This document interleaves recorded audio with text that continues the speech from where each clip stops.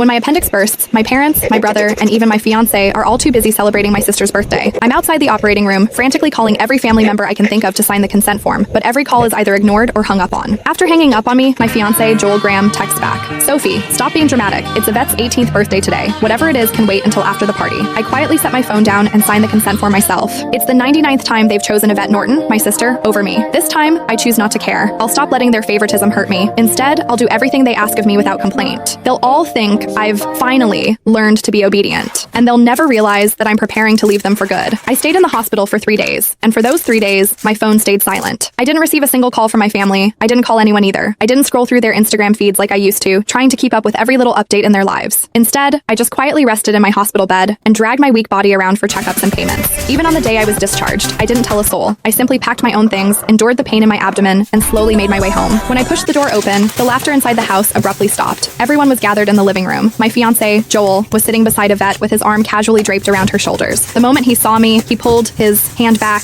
and gave me an awkward smile. "Soph, you're back? Where have you been these past few days?" My brother, Joshua Norton, let out a cold snort. Where else would she have gone to? She just didn't want to show up to Yvette's birthday party. She always has to ruin things for her since she can't stand seeing Vivi happy. I didn't say a word. I just headed straight for my room. Joshua seemed surprised that I didn't argue with him. Normally, whenever he accused me of being selfish, I would break down in tears and desperately defend myself. But this time, I'd kept quiet. My mom rushed over to me with a glass of juice. "Sophia, we were so busy with Vivi's birthday the other day that we missed your calls. Don't be mad at us, okay?" She placed a glass of mango juice in my hand. Although my heart had long since stopped expecting anything, it still ached faintly. I was allergic to mangoes, but Yvette loved them. There was always mango-flavored food and drinks in the house because of that, but no matter how many times I reminded them, no one ever remembered that I couldn't have mangoes. I handed the glass back to Mom and quietly stepped back. "I'm not mad. I'll just go to my room." Just as I turned around, a loud noise came from the living room. Dad abruptly stood up and slammed his hand on the table. He screamed, "Why have you been walking around with that sour face ever since you came in? Your mother already apologized and even gave you your favorite drink. What's with that attitude? It looks like we've spoiled you too much." My heart twisted, and even breathing hurt. Tears blurred my vision, but I still lifted the glass from Mom's hand and drank it all in one go. I then gently set the empty glass down and wiped away my tears. I calmly looked at Dad. "Yvette's the one who likes mangoes. I'm allergic to them, but it doesn't matter. I already drank it all. Can I go to my room now?" "Sophia, why didn't you say something earlier if you were allergic to it? Who told you to drink it? You're so stubborn." Mom panicked and quickly patted my back. Dad looked embarrassed, but he still harshly replied, "You could have just explained yourself. You've always had that unlikable attitude. You're nothing like Vivi. She knows how to communicate." Yvette's voice drifted over from the couch. "Dad, don't say that about Sophia. You'll make her sad." She sounded gentle, but the smugness in her eyes was impossible to hide. Yvette had always used my dullness to highlight her perfection. No matter what it was, she loved comparing herself to me. She would only be satisfied when she got to trample me. I should have felt hurt, but my heart only felt numb. Even when faced with such humiliation, I felt no emotions anymore. I'm sorry. Click the link in my bio to get the full story for free.